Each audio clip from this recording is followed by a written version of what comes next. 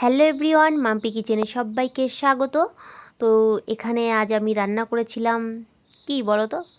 ঠিক আছে, পরেই বলবো।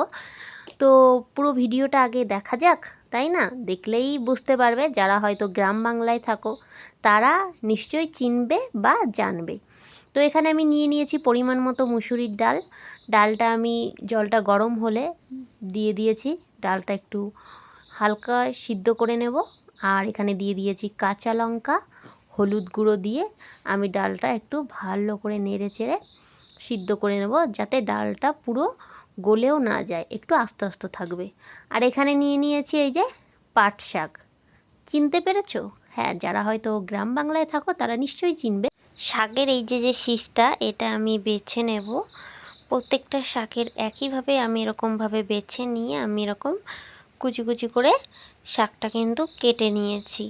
তারপরে এখানে কড়াইতে তেল দিয়ে কালো জিরে ফোড়ন, শুকনো লঙ্কা ফোড়ন দিয়ে দিয়েছি রসুন কুচি, দিয়ে হালকা একটু ভেজে নিয়ে দিয়ে দেব তেজপাতা, দিয়ে এরপরে আমি যে শাকটা কুচি কুচি করে রেখেছিলাম সেটাই দিয়ে আমি কিন্তু নাড়াচাড়া করে একটু লবণ দিয়ে ভালো করে শাকটা ভেজে নেব। কারণ এই শাকটা একটুখানি লোদ লোদ টাইপের হয়। এবার যতক্ষণ পর্যন্ত ওটা না কাটবে ততক্ষণ পর্যন্ত কিন্তু শাকটা একটু ভালো করে ভেজে নিতে হবে। আর এদিকে আমার ডালটাও পুরো হয়ে এসেছে। এই যে দেখতে পাচ্ছ শাকটা পুরো কীরকম হয়ে গেছে।